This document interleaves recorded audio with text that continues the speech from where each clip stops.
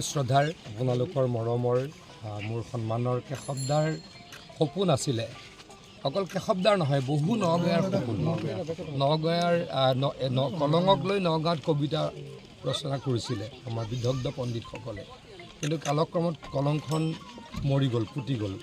সেই কলংখনক পুনৰ বুৱাৰ দায়িত্ব লৈছিলে কেশৱদাই অলপ দায়িত্ব ময়ো পালোঁ কিন্তু গোটেইখিনি কেশৱদাই কৰিছিলে অলপ ময়ো পালোঁ ময়ো অবিভক্ত নগাঁও হিচাপে কিবা এটা কৰিব পাৰিলোঁ কাৰণে অত্যন্ত সুখী আমি অতি সোনকালে হয়তো আৰু যদি পানী অকণমান বাঢ়ে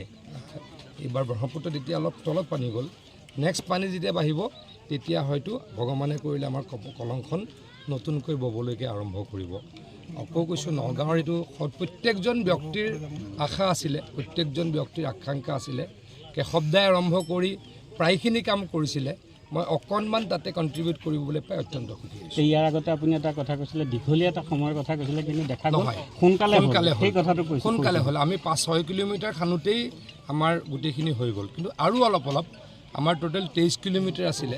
23 কিলোমিটাৰত আমি 6 কিলোমিটাৰ খান্দিলোঁ আৰু অলপ জেগাত ক'ৰবাত অবষ্ট্ৰাকশ্যন আছে সেইখিনিও নাইকিয়া কৰি দিম ভালকৈ যাতে কলংখন বয় তাৰ কাৰণে আৰু যিখিনি কাম কৰিব লাগে নিশ্চয়কৈ কৰিম মানে আমিতো কালি খান্দিয়ে দিম কোফাৰ দামটো কালিৰ পৰা যদি খান্দি দিওঁ 3 দিনত শেষ হৈ যাব কিন্তু এতিয়া পানী ব্ৰহ্মপুত্ৰৰ তলত আছে ব্ৰহ্মপুত্ৰত যেতিয়া পানী ওপৰত উঠিব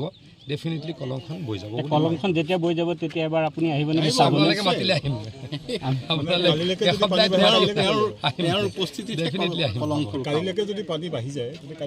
কালিলৈকে ব'ব যদি এইটো খান্দি হয় প্ৰভাইডেড খান্দি 2 দিন লাগিব মানে আমাৰ যিটো কোফাৰ দাম আছে 3-4 দিন লাগিব সেইটো যদি আমি খান্দি চেষ্টা কৰোঁ সেইদিনাখনে কলঙৰ পানী বৈ যাব মানে এসপ্তাহ মেক্সিমাম ধৰক আৰু ঠিক আছে থেংক ইউ